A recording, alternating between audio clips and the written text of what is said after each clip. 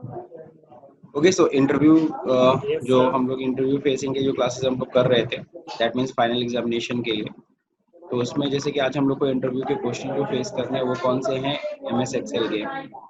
तो हम लोग बात करेंगे किसके, एक्सेल की। आज हम लोग को एक्सेल से रिलेटेड इंटरव्यू क्वेश्चंस हम लोग को देखने हैं कि ज़्यादातर एक्सेल में कौन से इंटरव्यू क्वेश्चन ज़्यादातर पूछे जाते हैं, और साथ ही साथ उसका आंसर भी सोचेंगे, मतलब समझेंगे कि क्या आंसर होना चाहिए सही। देखो, सबसे पहला जो क्वेश्चन आता है एमएस एक्सेल का, वो पहला क्वेश्चन होता है व्हाट इज एक्सेल। तो जैसा कि इसको हम लोगों ने पीछे भी हम लोगों ने चेक किया था, तो व्हाट इज एक्सेल तो सिंपल सा आपका एक आंसर होना चाहिए, Excel is a spreadsheet program. ठीक है, तो एक्सेल क्या है, वो एक spreadsheet, okay, this one spreadsheet program है। ठीक है, जहाँ पे हम लोग क्या करते हैं, अब स्प्रेडशीट प्रोग्राम क्या होता है, कई लोग पूछेंगे। तो spreadsheet program is a program where we work with in row and columns, जहाँ पे हम लोग किसके बीच में काम करते हैं, रो और कॉलम्स के बीच में काम करते हैं। व्हाट इज, अब अगला क्वेश्चन एक्सेल में सबसे पहला उठता है, व्हाट इज फिल्टर। ठीक है ना, फिल्टर किसे कहते हैं, तो कोई बताएगा फिल्टर का मतलब क्या होता है, व्हाट इज फिल्टर। जैसे सर फिल्टर के नाम से मालूम है कि छानना, तो किसी डाटा को छानने के लिए हम फिल्टर का यूज करते हैं। हाँ, किसी डाटा को। अब यहाँ पे थोड़ा सा तुम्हें बस इसमें अपना कुछ टेक्निकल वर्ड्स ऐड करने पड़ेंगे, जिसमें भाई आखिर में छटैया करते हो, जब जिसको हम लोग कहते हैं छटैया या छानना तुमने बोला, तो ये जो फिल्टरिंग तुम करते हो, ये किसी क्राइटेरिया के बेसिस पे करते हो ना, किसी कंडीशन के बेसिस पे करते हो ना। Yes sir. तो वो क्राइटेरिया या वो कंडीशन तुम्हें बोलना पड़ेगा, बात सर समझे। मान लीजिए सर एक कॉलम में पूरा नाम दिया है सर। अब देखो, तुम एग्जाम्पल देना शुरू कर दिए, एकदम सही है पीयूष, एग्जाम्पल देके आप समझा सकते हैं। ठीक है, यस सर। बट हमें यस कंसेप्ट सर। समझा देना सिंपल सा, फिल्टर का मतलब क्या होता है। तो फिल्टर को ऐसे आप, चलो ठीक है, पहले तुम कंप्लीट करो, उसके बाद फिर मैं समझाता हूँ। सर जैसे एक कॉलम में पूरा नाम दिया है सर, जैसे मान लीजिए कि बहुत सारा नाम दिया है सर, उसमें एक शुभम नाम है ठीक है, सर। अगर शुभम को मतलब फिल्टर करके निकालना होगा कि मतलब इस रो में शुभम नाम के कितने लोग हैं, तो तब सर हम फिल्टर का यूज करते हैं। बिल्कुल। और इसी एग्जाम्पल को तुम ऐसे भी कह सकते थे, मान लो मेरी सैलरी सीट है, और हमारे यहाँ जो एम्प्लॉय हैं, गोरखपुर के भी हैं, लखनऊ के भी हैं, कानपुर के भी हैं। हमें सिर्फ और सिर्फ कानपुर के एम्प्लॉयज़ को अगर फिल्टर करना है, देन हम लोग क्या करते हैं, मतलब कानपुर के एम्प्लॉयज़ को सिर्फ देखना है, उनकी डिटेल्स को सिर्फ प्रिंट करना है, तो हम लोग क्या करेंगे, हम फिल्टर का यूज़ करेंगे। बिल्कुल सही है, दोनों सही है। लेकिन अगर हम लोग को बिना एग्जाम्पल के अगर एक्सप्लेन करना हो तो कैसे करेंगे, तो फिल्टर का मतलब क्या होता है। तो यहाँ पे हम लोग कह सकते हैं when we want our required result, जब हम अपने रिक्वायर्ड रिजल्ट चाहते हैं। रिक्वायर्ड रिजल्ट मतलब समझते हो, हमें जो रिजल्ट चाहिए, when we require when we want our required result on the basis of some criteria, है ना, या condition, then it is called filter, then we use filter, sorry, then we use filter. तो हम इस feature का use करते हैं। तो फिल्टर का मतलब समझ में आया, जब हमें क्या चाहिए, अपना रिक्वायर्ड रिजल्ट चाहिए फ्रॉम द डेटाबेस, ये मैंने शब्द छोड़ दिया था, फ्रॉम द डेटाबेस। अब सॉल्व था सर, डेटाबेस क्या होता है।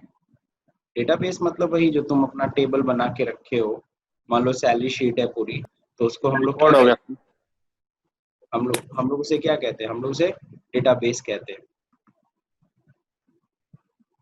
ठीक है, तो डेटाबेस मतलब समझ में आ रहा है सब लोग को, डेटाबेस किसे कहते हैं, क्लियर हुआ कि नहीं हुआ। Yes sir. ठीक है, तो कहने का मतलब फिर से एक बार मैं बोल दे रहा हूँ, व्हाट इज फिल्टर। ध्यान रहे, मैं आंसर लिख नहीं रहा हूँ, आंसर आप लोगों को नोट नहीं करा रहा हूँ, सिर्फ आपको समझा रहा हूँ, ताकि आपको क्या करना है, इसको अपने लहजे में चेंज करके बोलना है, यानी कि उसे लिख सकते हो तो लिख लेना, क्योंकि सेम आंसर अगर सब लोग रट्टा मार लोगे तो सही नहीं है। ठीक है, तो व्हाट इज फिल्टर, सिंपल सा कहता है क्या, कि when we want our required result from the database, then we use filter button on the basis, sorry फिर एक लाइन छूट गई मेरी when we want our required result from the database on the basis of some criteria या condition, that is called filter, then we use filter button, या फिर कह लो then we use filter option, या then we use filter feature। ठीक है, यहाँ तक समझ में आ गया सब लोग को। Yes sir. Yes sir. Clear है ना डेफिनेशन मैंने जो बताई आप लोग को। Yes sir. नाउ अब अगला बताइए व्हाट इज एडवांस फिल्टर। हालांकि मैं आपको बता दूं ये सारे चीज़ों की डेफिनेशन आप गूगल भी कर सकते हो, लेकिन मैंने भी एक दो बार किया तो मेरे को बड़ा डिफिकल्ट लगा, मतलब बड़ा ही अजीब अजीब से वर्ड थे। मेरे को लगा मैंने जो समझाया मेरे को ठीक लगा कि चलो ये चीज़ बोला जा सकता है, क्योंकि देखो जिस फीचर का जो यूज होता है वही उसको आपको एक्सप्लेन कर देना है। Now what is advance filter? Amit, चलो ठीक है, गोरख तुम ही कोशिश करो। सर एडवांस फिल्टर हम किसी क्राइटेरिया के तहत मतलब किसी क्राइटेरिया में हमको फिल्टर करना हम्म, होता है और किसी अनदर पेज पर ले जाना होता है तो एडवांस फिल्टर का यूज करते हैं। बिल्कुल सही। अभी अब इसको पहले मैं एग्जांपल से समझा देता हूँ। जैसे कि एग्जांपल में ये है कि जैसे कि अभी मैं बता रहा था मेरे पास सैलरी शीट है जहाँ पे बहुत सारे एम्प्लॉयज हैं, कोई गोरखपुर के हैं, कई कानपुर के हैं, लखनऊ के हैं। अब अगर हमें सिर्फ कानपुर के लोगों की हमें जो एम्प्लॉयज हैं उनकी लिस्ट चाहिए और उसको लिस्ट को मेरे को एक अलग नए शीट पे मैं चाहता हूँ ले जाना, तो ऐसे केस में हम लोग क्या यूज करते हैं? Advance filter. ठीक, अब इसको ऐसे समझ लेते हैं एडवांस फिल्टर को, कि अब इसको डिफाइन कैसे करेंगे। तो इसको हम लोग कहते हैं एक्सट्रैक्ट करना, अलग करना। ठीक है, when we want our required result on the base of some criteria and we want to extract this on a new sheet, then we use advanced filter। तब हम लोग क्या करते हैं? हम लोग एडवांस फिल्टर यूज करते हैं। यानी हम अगर फिल्टर्ड डेटा, आप इतनी भी लाइन बोल सकते हैं, वी वांट टू क्या कह सकते हो, if you want to copy our data on a new location, है ना, we want to copy our filtered data on a new location, then we use advanced filter। तब हम लोग क्या करते हैं? हम लोग एडवांस फिल्टर यूज करते हैं। तो वो डेटाबेस में से उठा करके उसे क्या करेगा? नई शीट पे लेता चला जाएगा, और लेता जाता है तो इसका मतलब ये नहीं कि वहां से हट जाता है, सिर्फ कॉपी होती है डेटा। नाउ अगला जो क्वेश्चन है वो क्या है? अब हम लोग बात करेंगे किसकी? वी लुकअप की। तो वी लुकअप एच लुकअप पढ़ने से पहले पहले तो ये समझ लो लुकअप फंक्शन ही क्या होता है। लुकअप मतलब होता है देखना, सीधी सीधी बात, लुकअप देखना होता है। अब इसमें होता है वी लुकअप और एच लुकअप। अब वी लुकअप से हम क्या देखते हैं, एच लुकअप से हम लोग क्या देखते हैं, अब इसको हम लोग को एक्सप्लेन करना है। तो now what is V lookup? कौन बताना चाहेगा? पीयूष बोलिए, वी लुकअप क्या होता है? आप तो पढ़े अच्छे से। सर वी लुकअप में वर्टिकली रिकॉर्ड्स को हम देखते हैं। ठीक है, और एच लुकअप से हॉरिजॉन्टल। ठीक है, देखिए चलिए पहले तो हम लोग ये पहले क्लियर कर ले लुकअप का मतलब क्या होता है। अगेन वही मैं शब्द यूज कर रहा हूँ। ठीक है, जब हम लोग हम लोग क्या चाहते हैं, हम लोग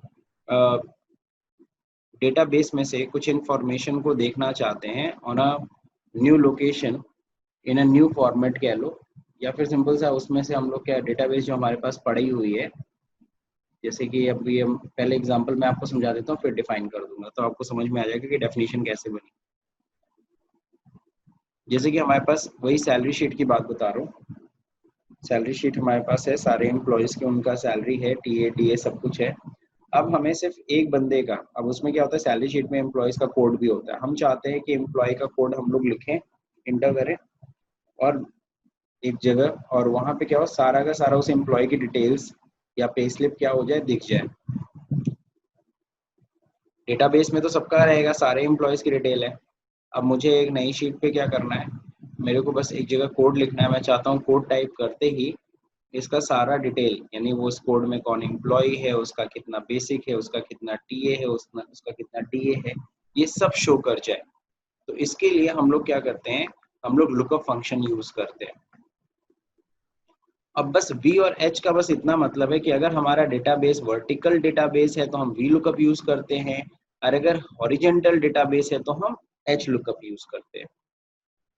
वर्टिकल डेटाबेस का मतलब होता है जब कॉलम्स में हेडिंग हो, और एच लुकअप का हॉरिजॉन्टल का मतलब होता है, टेबल का मतलब होता है, या हॉरिजॉन्टल डेटाबेस का मतलब होता है जब हमारी हेडिंग्स रो में हो।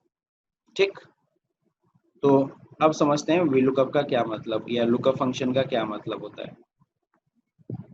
जब हम लोग when we want to display our required result on the basis of unique code, अब इसमें ये चीज बोलना बहुत जरूरी, यूनिक कोड बोलना बहुत जरूरी। यूनिक कोड क्या है? जैसे सभी एम्प्लॉयज का कोड होता है, अगर यूनिक कोई चीज नहीं है तो फिर हम लुकअप नहीं कर सकते। जैसे मान लीजिए आप सभी बच्चों लोग का अगर हम देखना चाहते तो आप लोग का स्टूडेंट कोड होगा और सबका स्टूडेंट कोड अलग अलग है, नाम में भी मैच कर जाए बट स्टूडेंट कोड मैच नहीं करता। या फिर मोबाइल नंबर, ठीक है ना, नाम एड्रेस भी मैच कर सकता है, बाकी चीजें मैच कर सकता है, लेकिन क्या नहीं मैच कर सकता? मोबाइल नंबर नहीं मैच करता। तो यूनिक कोडिंग के बेसिस पे अगर हम डेटाबेस में से कोई इंफॉर्मेशन को देखना चाहते हैं देन हम लुकअप फंक्शन का यूज करते हैं। इसी चीज को तुम इंग्लिश में बोल सकते हो on the basis of unique code. मैं फिर से बोल रहा हूँ, on the basis of unique code if you want to display या फिर if we want to see the information from the database then we use lookup function. If our database is vertical then we use VLOOKUP, if our database is horizontal then we use HLOOKUP. Amit, yes sir. तो ये शब्द आपको बोलना जरूर पड़ेगा कि on the basis of unique code, ठीक है, क्योंकि वो बहुत इंपॉर्टेंट है, यूनिक कोड बहुत इंपॉर्टेंट है। On the base of unique code ही तो हम लोग क्या करते हैं, हम लोग डिस्प्ले कर रहे हैं। आप लोगों ने इसे यूज भी किया होगा, इसका मैंने VLOOKUP का वीडियो भी मैंने डाल रखा है यूट्यूब पे। खैर, अब हम लोग बात करेंगे पायोट टेबल की। ना अब सवाल उठता है कि what is pivot table and what is पायोट chart, इसको जरा समझते हैं हम लोग, ठीक है। नाउ पायोट चार्ट किसे कहते हैं, इसको जरा समझते हैं हम लोग। पायोट चार्ट और पायोट टेबल,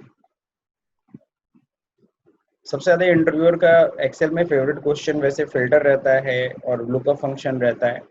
अब हम लोग बात करेंगे व्हाट इज पायोट टेबल। जब हम लोग पायोट टेबल की बात करते हैं तो सब लोग को पता है पायोट टेबल होता क्या है।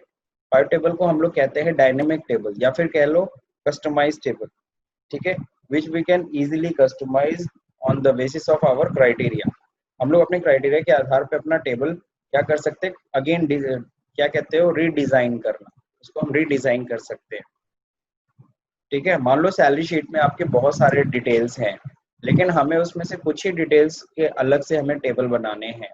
तो ऐसे केस जैसे फॉर एग्जांपल हमें एम्प्लॉय का कोड चाहिए, उनका नाम चाहिए, उनका एड्रेस नहीं चाहिए, उनका DOB डेट ऑफ बर्थ नहीं चाहिए, वो हालांकि वो सारी चीजें डेटाबेस में होती है, हमें सिर्फ उनका बेसिक DA बस चाहिए। तो ऐसे केस में हम लोग क्या करेंगे, हम पायोट टेबल का यूज कर सकते हैं। तो pivot table is what, pivot table is customised table या फिर कहते हैं हम लोग dynamic table. Same thing with pivot chart. Pivot chart क्या होता है, इसको भी हम लोग डायनेमिक चार्ट या फिर कह लो कस्टमाइज चार्ट कहते हैं, ठीक है। तो ऑन द बेसिस ऑफ कोई अगर सपोज करो तुम्हारा डेटाबेस बना हुआ है और उसके बेसिस पे अगर तुम्हें पायोट टेबल या पायोट चार्ट बनाना है फिर हम इजीली बना सकते हैं। यू कैन से कि कस्टमाइज टेबल से हमें कन्वर्ट करना है या फिर उसको हमें कस्टमाइज चार्ट में कन्वर्ट करना है तो हम लोग इजीली कर सकते हैं, किसके थ्रू, पायोट टेबल या पायोट चार्ट के थ्रू। नाउ अगला क्वेश्चन उठता है व्हाट इज सेल। सेल किसे कहते हैं, कोई बताएगा? रो और कॉलम में से जो बनता है वो सेल होता है। Sir in row and column that call is cell. जब हाँ रो एंड कॉलम जहाँ पे मिलते हैं उसी को हम लोग क्या कहते हैं, सेल। आप सिंपल से आप इतना समझो, कोई आपसे पूछे व्हाट इज पायोट टेबल, आप सिंपल सा आंसर दे दो, sir it is dynamic table और we can say it is our customised table. तो डायनेमिक टेबल जहां बोले वो समझ जाएगा, हाँ लड़के को पता है पायोट टेबल के बारे में। सर अगर पायोट चार्ट रहे तो पायोट चार्ट के लिए भी सेम चीज बोलना। देखो एक नॉर्मल चार्ट होती है और एक पायोट चार्ट होती है, तो नॉर्मल चार्ट और पायोट चार्ट में क्या फर्क होता है? आपने एक्सेल में वैसे भी चार्ट बनाया और पायोट चार्ट भी बनाया है, दोनों में ही हमें डेटाबेस चाहिए होता है। अगर हम नॉर्मल चार्ट बनाते हैं तब भी हमें डेटाबेस सेलेक्ट करके चार्ट बनाना होता है, पायोट चार्ट भी उसी तरीके से होता है। लेकिन पायोट चार्ट में होता है कि हम डायनेमिक, उसको हम तुरंत हम चाहें तो चेंज कर ले अपने रिक्वायरमेंट के अकॉर्डिंगली, ठीक है, इसीलिए उसको हम डायनेमिक या कस्टमाइज, कस्टमाइज मतलब अपने हिसाब से, अपनी रिक्वायरमेंट के हिसाब से कोई मान लो उसमें से कोई चार्ट में से कोई इन्फॉर्मेशन गायब करनी है, कोई लेके आना है, तो फटाक से कर सकते हैं बिना टेबल को डिस्टर्ब किए। हमें टेबल को या डेटाबेस को डिस्टर्ब नहीं करना है। बिना डेटाबेस को डिस्टर्ब किए हम अपना चार्ट, हम अपना टेबल कस्टमाइज कर सकते हैं। ठीक, तो यानी कि जब भी आप एक्सेल को किसी के सामने बोलोगे, जैसे हम लोग MS वर्ड में बोलते थे तो डॉक्यूमेंट शब्द बार बार निकलता था कि सर हमारे डॉक्यूमेंट में। उसी तरीके से जब हम लोग किसी के सामने एक्सेल का इंटरव्यू दे रहे हैं ना, तो जब एक्सेल वो हमसे पूछ रहा है तो हमें एक चीज को पकड़ के रखना है, वो है डेटाबेस। क्लियर है? तो हम लोग डेटाबेस शब्द बहुत ज्यादा, जब डेटाबेस एग्जैक्टली आप सबको पता है, जो टेबल आप बनाते हो एक्सेल के अंदर उसी को डेटाबेस कहते हैं। बिना इंफॉर्मेशन के हम कोई फॉर्मूला रन नहीं करते ना, तो फॉर्मूला रन करने के लिए हमें डेटा चाहिए। और डेटाबेस इसलिए बोलते हैं क्योंकि उसी के ऊपर बाकी सारे डेटा निर्भर होते हैं या चीजें निर्भर होती है, डेटाबेस। अब ये बता दीजिए, what is extension file name of Excel? Excel का एक्सटेंशन फाइल नेम क्या है? सर डॉट XLS एक्सेल है।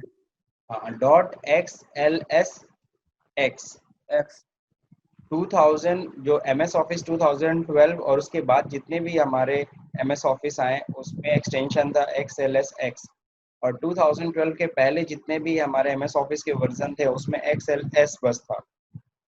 ठीक है, XLS। Now next, EXE file name of Excel. बताइए एक्सेल का EXE फाइल नेम क्या है? एक्सेल। एक्सेल ही है। बिल्कुल सही, एक्सेल ही है। EXE फाइल नेम मतलब एग्जीक्यूटेबल फाइल नेम, जिसको हम रन में लिखते ही वो प्रोग्राम खुल जाता है। Now tell me what is data validation? इसका तो बहुत सिंपल आंसर है, रिस्ट्रिक्शन, किसी भी डेटा पर रिस्ट्रिक्शन जब लगाना होता है। बिल्कुल सही। अगर हम लोग डेटा वैलिडेशन की बात करें तो सेल में अगर रिस्ट्रिक्शंस लगाना है, बस ये शब्द याद करना, रिस्ट्रिक्शन। जैसे आप लोग के ऊपर कोई रिस्ट्रिक्शंस लगाए जाते हैं, जब आप लोग क्लास में बैठते हो तो आप लोग के ऊपर रिस्ट्रिक्शंस होते हैं कि आप एक दूसरे से बात नहीं करोगे, आप ध्यान से टीचर की बात सुनोगे, है ना? जो कि फिलहाल नहीं है, आप लोग घर में हो इस समय, कुछ भी करो कोई टेंशन नहीं, बस म्यूट कर दो, आराम से जो मन करे सो करो। तो इस समय कोई रिस्ट्रिक्शन तो है नहीं। वैसे ही अगर सेल में नॉर्मली कोई रिस्ट्रिक्शन नहीं होता, लेकिन अगर किसी सेल में, एक्सेल के किसी भी सेल में अगर हम कोई रिस्ट्रिक्शन डालते हैं तो वो हम किसकी हेल्प से डालते हैं? उसके लिए हम डेटा वैलिडेशन का यूज करते हैं। ठीक है, जैसे हम चाहते हैं किसी सेल के अंदर मोबाइल नंबर लिखते हैं, तो मोबाइल नंबर 10 डिजिट से ज्यादा तो होना नहीं चाहिए, ना 10 से ज्यादा होना चाहिए, ना 10 से कम होना चाहिए। तो हम ऐसा डेटा वैलिडेशन सेल में रिस्ट्रिक्शन डाल सकते हैं कि गलती से बंदा अगर 9 डिजिट डाले तो अपने आप वो एरर देने लगे कि हाँ भाई सेल पूरा करो। Now next question, what is conditional formatting? ये बहुत ज्यादा पूछता है मुझे। कंडीशनल फॉर्मेटिंग आप लोग यूज किए होंगे, यस सर। क्या होता है? सर कंडीशन सर के किसी हिसाब भी से डेटाबेस को अगर हम किसी वैल्यू के आधार पर मतलब कलर करना चाहते हैं तो कंडीशनल फॉर्मेटिंग का यूज होता है। अरे इसके शब्दों को उठा के ना तोड़ दो, ऐसे ही बता दो। जब हमें फॉर्मेटिंग सब लोग समझते हैं, बोल्ड, इटैलिक, अंडरलाइन, कलर, जो भी मन करे सो कंडीशन करना के है। रिगार्डिंग हाँ, बस कंडीशन के अकॉर्डिंगली अगर हमें फॉर्मेटिंग करना है। If we want to format our database on the basis of some criteria, then we use conditional formatting. When we format our database, वही जो तुम कह रहे हो, डेटाबेस को हम फॉर्मेट, डेटाबेस में हम कोई भी चीज फॉर्मेटिंग करना कनेक्टेड चाहते हैं, रेंज। हाँ, on the basis of condition या फिर criteria that is used, then we use conditional formatting. और सबसे बेहतर तरीके से आप लोगों ने कंडीशनल फॉर्मेटिंग पढ़ी है जहां तक मुझे पता है। Yes sir. अब हम लोग बात करेंगे what is free span. Free span क्या होता है?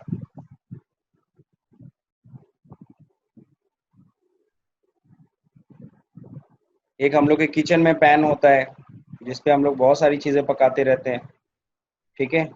अब ये फ्रीज पैन क्या होता है? स्पीड पे तो वही है ना। फिर हेडिंग को स्टॉप कर देते हैं, वहीं पे फ्रीज बिल्कुल। कर देते हैं। किसी सेल को अगर हमें फ्रीज करना है, रो को, कॉलम को, बेसिकली हम लोग सेल को नहीं फ्रीज कर सकते हैं, हम लोग या तो रो फ्रीज कर सकते हैं या तो कॉलम फ्रीज कर सकते हैं। कॉलम फ्रीज कर।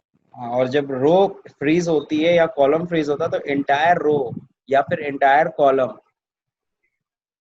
ठीक है ना, अब ये नहीं कि हम रो अगर हम फ्रीज करना चाहते तो ए बी सी डी तक ही हम फ्रीज करना चाहते हैं, बाकी को फ्रीज नहीं करना चाहते, तो ऐसा नहीं होता। पूरा रो फ्रीज होता है या पूरा कॉलम फ्रीज होता है, ये आप लोग ने देखा होगा। हाँ, कोई कुछ बोल रहा था।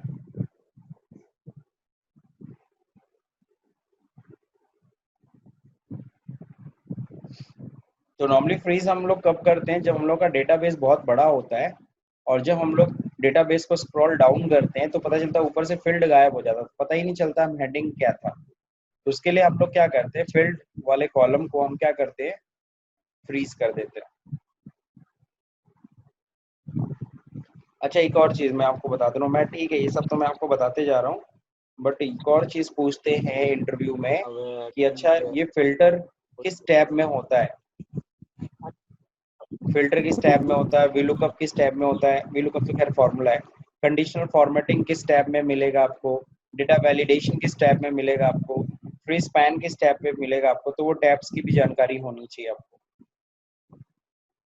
और जब आप टैब बता देते हो कि सर हाँ ठीक है फ्री स्पैन इस वाले टैब में होता है, तो वो समझ जाते हैं लड़का एक्सेल जानता है, ठीक ठाक है, एक्सपर्ट है, उसको मतलब करता है काम। Now split window, what is split window? जब किसी दो डॉक्यूमेंट को एक साथ देखना हो तो हम स्प्लिट विंडो का यूज करते हैं।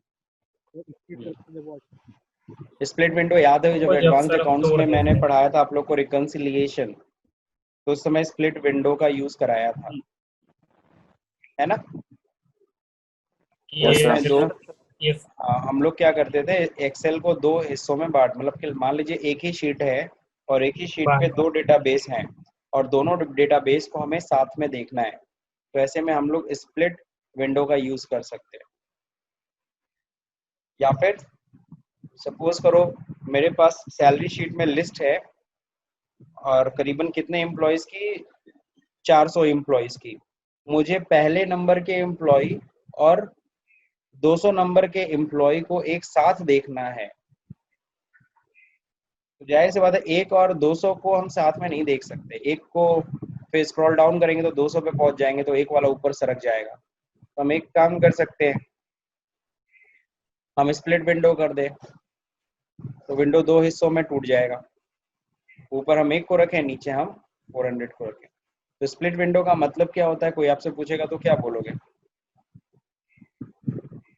तो सिंपल सा विंडो को डिवाइड करने के लिए हम लोग यूज करते हैं, विंडो को स्प्लिट करने के लिए हम लोग यूज करते हैं स्प्लिट विंडो। अब मेरे को कुछ शॉर्टकट कीज आप लोग बताते जाइए। सेल एडिट, सेल को एडिट करने के लिए क्या शॉर्टकट होता है, किसी को नहीं पता है? नहीं सर।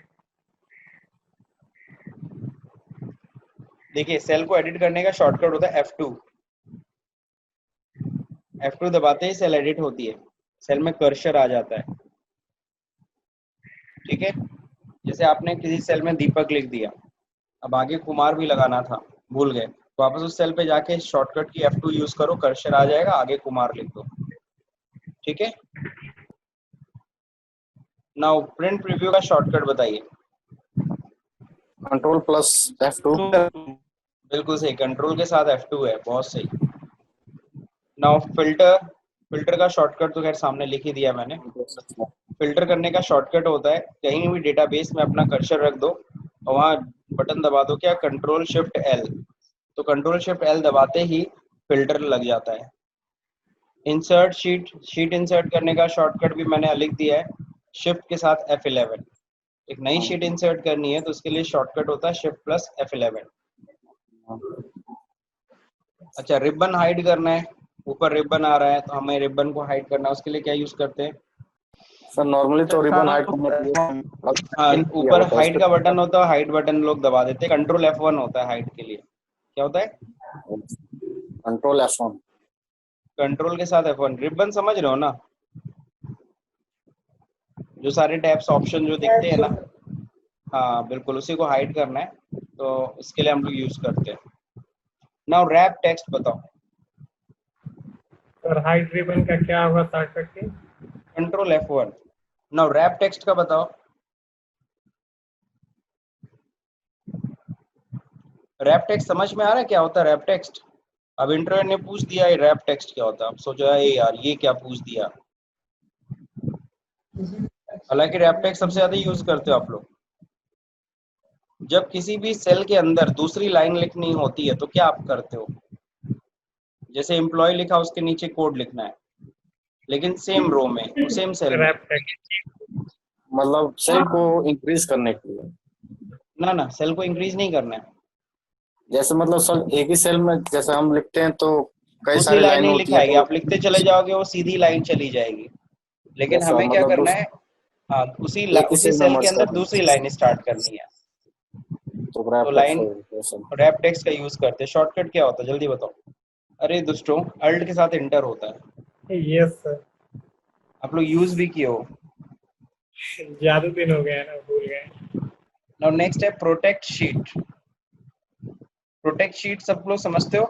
Yes sir. शीट को यस सर। प्रोटेक्ट करना, आप कुछ और उसमें फिर नहीं फीड हो सकता एक बार अगर शीट को प्रोटेक्ट कर दिया तो। अब पर्टिकुलर यहाँ पे देखो लिखा है प्रोटेक्ट शीट का, अगर हमें क्या करना है, अब पर्टिकुलर एरिया प्रोटेक्ट करना है शीट का, तो उसमें बस प्रोसेस पूछते हैं प्रोटेक्ट शीट का, तो आपको टैब पता होना चाहिए। तो प्रोटेक्ट शीट जैसे कि मैंने बोला, प्रोटेक्ट शीट आपको ये पता होना चाहिए किस टैब में होता है। बाकी अपने शीट को प्रोटेक्ट करने के लिए हम लोग प्रोटेक्ट शीट यूज करते हैं, हम लोग इसमें पासवर्ड सेट करते हैं, ठीक है, और पासवर्ड के थ्रू हम लोग उसको लॉक कर देते हैं फाइनली, और फर्दर उसमें कोई एडिटिंग पॉसिबल नहीं होती है आफ्टर प्रोटेक्टिंग अ शीट। तो मेरे ख्याल से ये सब लोग को क्लियर हो गया प्रोटेक्ट शीट भी। बाकी यस सर। पर्टिकुलर एरिया कैसे शीट को प्रोटेक्ट करते हैं आप लोगों ने प्रैक्टिकल किया होगा, तो मैं उस पर नहीं जाऊंगा, बस जो प्रैक्टिकल किया था उसको आप लोग बता देना। जैसे सबसे पहले मैं ऐसे बता दे रहा हूँ, सबसे पहले तो सिलेक्ट ऑल करेंगे और उसमें से हम लोग क्या करते हैं, लॉक हटा देते हैं। फॉर्मेट सेल में जाके वहाँ पे होता है ना प्रोटेक्शन में जाके हम लोग उसमें से लॉक हटा देते हैं, और उसके बाद फिर क्या करते हैं, उसके बाद हम उस पर्टिकुलर एरिया को सेलेक्ट करके उसको लॉक कर देंगे जिसको आप प्रोटेक्ट करना चाहते हैं। देन हम लोग प्रोटेक्ट शीट पे जाके पासवर्ड डालेंगे, तो सिर्फ और सिर्फ उसी एरिया पे वो पासवर्ड वर्क करेगा जिस एरिया को आपने लॉक किया होगा। नाउ नेक्स्ट अब हम लोग बात करेंगे किसकी, MS power point. Power point सब लोग को पता है, power point is a presentation programme. तो कोई आपसे पूछता है व्हाट इज पावर पॉइंट, ये क्वेश्चन उठता है व्हाट इज पावर पॉइंट, तो आपको सिंपल सा बोलना है क्या कि PowerPoint is a presentation program, ठीक है ना, where we can give animation, है ना, टू आवर क्या स्लाइड्स। अब अपने स्लाइड्स में एनिमेशन डाल सकते हैं, ठीक है। क्यों एनिमेशन इसी में ना डालते हैं पावर पॉइंट में, आप लोगों ने तो यूज किया ही है पावर पॉइंट। तो power point is a presentation programme, सीधा सीधा इतना बोल सकते हो, ज्यादा नहीं बोलना है, ज्यादा बोलने का मोड नहीं है तो आप इतना बोल सकते हो सर। कोई आपने किसी ने क्वेश्चन पूछा what is power point, power point is a presentation programme, with the help of animation we can create our presentation very क्या attracting, कह सकते हो अट्रैक्ट करने वाला एक बना सकते हैं हम लोग। तो एनिमेशन हम लोग इसमें यूज करते हैं। Now what is the extension file name of PowerPoint and exe file name of PowerPoint, जल्दी बताओ सब लोग। .pptx और एक्सटेंशन होगा और कल बताया था मैंने। Yes sir. पावर PNT क्या होता है? Power PNT. Yes sir, power PNT. हाँ पावर PNT होता है। नाउ व्हाट इज स्लाइड, ये भी क्वेश्चन पूछा जाता है, अगर पावर पॉइंट में कोई आपसे पूछे, मैं तो जरूर पूछता हूँ, tell me what is slide. जैसा सर वर्ड में सर एक ब्लैक डॉक्यूमेंट होता है उसी तरह पावर पॉइंट में एक स्लाइड होता है। एग्जैक्टली जब आपसे कोई पूछे व्हाट इज स्लाइड, तो सिंपल सा आप बोल दो an individual page is known as slide. आप लोग एमएस वर्ड में काम किए थे, याद होगा जब आप पेज पे काम करते थे, जैसे जैसे पेज बढ़ता जाता अपने आप नया पेज ओपन हो जाता था, सही है कि नहीं सही है?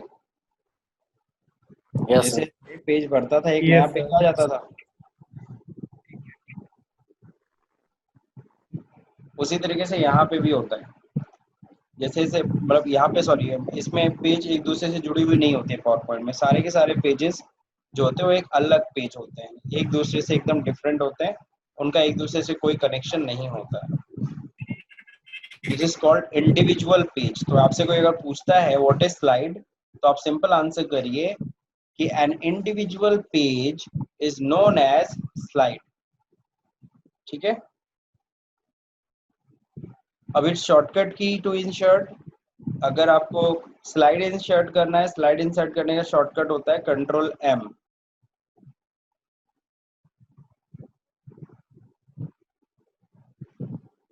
कंट्रोल एन नहीं, कंट्रोल एन से तो नई फाइल आती है ना, कंट्रोल एम से न्यू स्लाइड आएगी। अब कोई मुझे बताएगा पावर पॉइंट में कितने तरह के एनिमेशन होते हैं? चलिए मैं बता देता हूँ, आप लोग में से कोई नहीं बता रहा है। तो एनिमेशन बेसिकली 4 तरह के होते हैं। एक सबसे पहला होता है इंट्रेंस। इंट्रेंस मतलब मान लो अगर कोई स्लाइड पे कोई एनिमेशन दे रहा हो तो कोई टेक्स्ट या कोई पिक्चर कैसे एंट्री करेगी, तो उसके लिए इंट्रेंस होता है। फिर इम्फेसिस होता है, इम्फेसिस मतलब आने के बाद वो कुछ हरकत करे, दैट मीन्स इम्फेसिस, उस पर जोर डालने के लिए ताकि लोग उसे देखें। नेक्स्ट इम्फेसिस के बाद होता है एग्जिट, यानी वो टेक्स्ट या फिर वो पिक्चर कैसे फिर स्लाइड से चली जाए। एक फिर होता है मोशन पाथ, दैट मीन्स अगर हमें किसी चीज को मूव कराना है, मोशन कराना है, तो ऐसे में हम मोशन पाथ का यूज करते हैं। तो टोटल मिला करके एनिमेशन कितने तरह के लगा सकते हैं हम लोग पावर पॉइंट में? 4 तरह के, एंट्रेंस, एम्फेसिस, एग्जिट और motion path. Now last question, what is the shortcut key of slide show? Slide show का शॉर्टकट की क्या होता है? किसी को ध्यान है? F5 बिल्कुल सही, F5। बिल्कुल सही, एकदम सही। ठीक है, तो आज हम लोगों ने 2 टॉपिक हम लोगों ने कवर कर लिए। एक हम लोगों ने एक्सेल कवर किया, एक्सेल में क्या क्या इंपॉर्टेंट क्वेश्चन है ज्यादातर पूछे जाते हैं। सबसे फेवरेट क्वेश्चन वैसे एक्सेल में ये इस लाइन में जो लिखा है वो है, इस लाइन में जितने भी क्वेश्चंस आ रहे हैं ना वो सारे के सारे इंपॉर्टेंट, वो सबसे ज्यादा पूछे जाते हैं। फिल्टर, लुकअप, पाइवट, क्योंकि बड़ी ऑर्गेनाइजेशन में कहीं भी चले जाओ, बिना लुकअप के, बिना पाइवट टेबल चार्ट के, बिना फिल्टर के काम ही नहीं होगा, क्योंकि वहां पे आपको छोटी शीट्स नहीं मिलती हैं, बड़ी बड़ी शीट्स मिलती हैं। नाउ पावर पॉइंट में तो आप लोग समझ रहे हो, पावर पॉइंट बहुत ज्यादा कोई नहीं पूछ सकता। हाँ, स्लाइड शो का शॉर्टकट ये सब चीजें पूछ सकते हैं, स्लाइड शो कैसे करते हैं, एक्सटेंशन फाइल नेम और ये सब पूछते हैं और कुछ। अब हम लोग बात करेंगे इंटरनेट की। अब ये छोटा सा टॉपिक है, इसको आज ही खत्म करते हैं। ठीक है, अब इंटरनेट में आपसे क्या चीज पूछे, इंटरनेट की तो माकूल जवाब आप लोग दे सकते हो, मुझे पता है आप लोगों को इंटरनेट की बहुत अच्छी नॉलेज है। नाउ सबसे पहला इसमें क्वेश्चन होता है क्या, what is CC and BCC? जब हम लोग मेलिंग, बेसिकली इसमें मेलिंग से रिलेटेड क्वेश्चन उठता है, तो इंटरव्यू ये चीज पूछता है। और आप लोगों ने बिजनेस कम्युनिकेशन में भी पढ़ा होगा, सुधीर सर ने पढ़ाया भी होगा। Now what is CC and what is BCC? Sir CC मतलब कार्बन कॉपी, बीसीसी मतलब by carbon copy. Blind Blind कह carbon सकते हो, ब्लैंक कार्बन कॉपी कह सकते हो। क्या होता क्या है सीसी? अगर हम किसी को मेल कर रहे हैं तो नॉर्मली 2 में तो हम सामने वाले का एड्रेस लिखते हैं, सीसी और बीसीसी में जो एड्रेस लिखते हैं इससे क्या होता है? 2 सीसी और सर बीसीसी में बीसीसी क्या में डिफरेंस है? ये पहला सीधा बीसीसी सीधा में मेरे को बताओ। बीसीसी में सर जो जो जो रेसिपिएंट होते हैं वो एक दूसरे को देख नहीं पाते हैं, वो तो बीसीसी और में होता है ना। सीसी में देख सकते हैं। चलिए ठीक है, हाँ शिवप्रिया बताने वाली है, शिवप्रिया बताने वाली है, बताइए। सर सीसी में जैसे हम लोगों को उन लोगों से रिप्लाई लेना इम्पोर्टेंट नहीं रहता है, उन लोगों को सीसी में डालते हैं, और बीसीसी में हम लोग जिसकी ईमेल आईडी हम लोगों को हाइड करनी होती है उन लोगों को रखते हैं। गुड। और 2 में?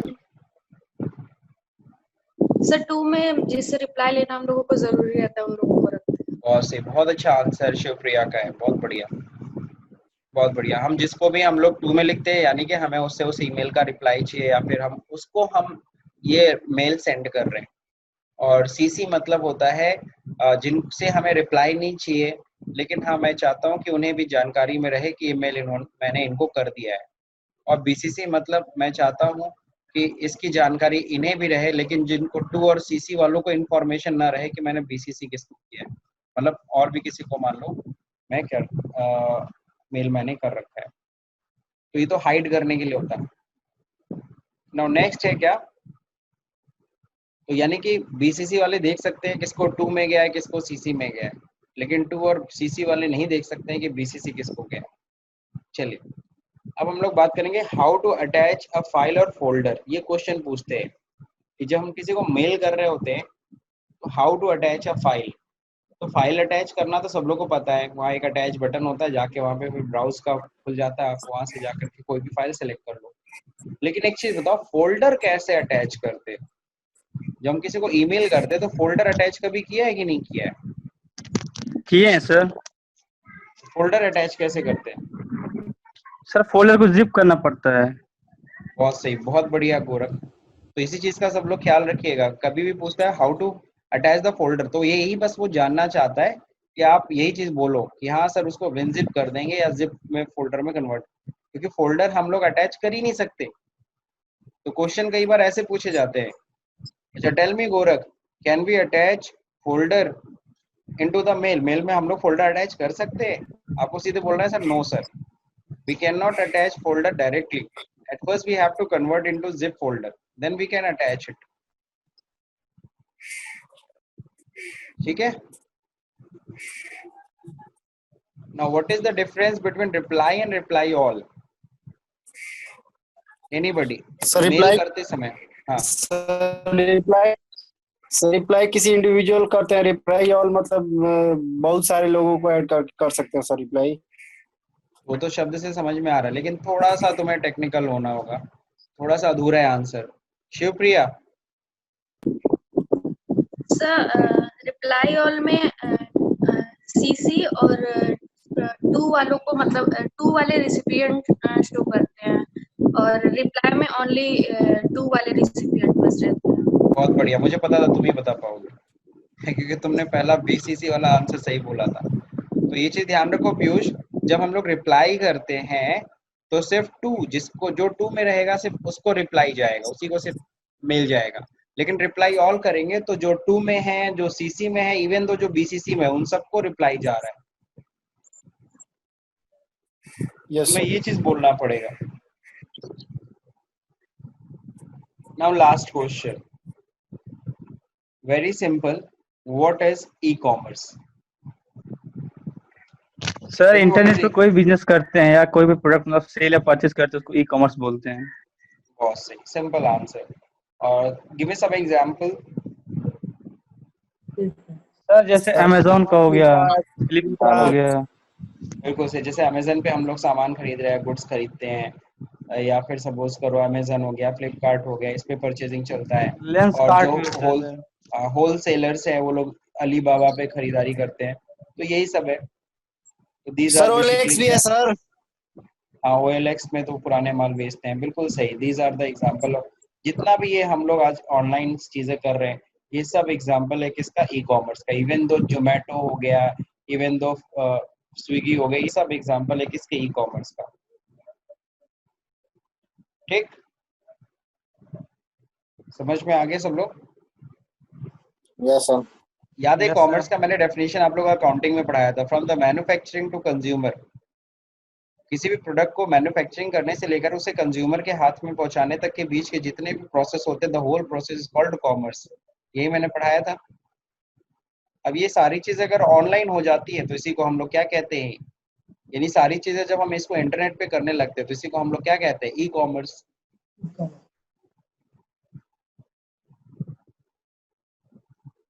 सो मेरे ख्याल से आज हम लोगों ने MS ऑफिस कंप्लीट कर लिया, यानी हम लोग ने मॉड्यूल 1 कंप्लीट कर लिया। मॉड्यूल 1 में जो भी इम्पोर्टेंट क्वेश्चन जो अराइज होते हैं वो हम लोग ने कवर कर लिए। तो MS ऑफिस में हमने MS Word, MS Excel, MS PowerPoint, internet and email हमने कवर कर लिया। कल का जो मॉड्यूल होगा वो है बिजनेस अकाउंटिंग। तो बिजनेस अकाउंटिंग में जो इम्पोर्टेंट क्वेश्चन होते हैं वो कैसे होते हैं, लेकिन अब बिजनेस अकाउंटिंग में आपको बता दूं, इसमें करीबन हम लोगों ने चैप्टर वाइज हम लोगों ने क्वेश्चंस उठाए हैं। और आपको पता है, आप कहीं भी अकाउंटेंट के लिए जॉब पे जाओगे तो सबसे ज्यादा क्या पूछा जाएगा, आपसे अकाउंट्स के बारे में ज्यादा चीजें पूछी जाती हैं। ठीक है, so we will complete this topic on tomorrow onwards.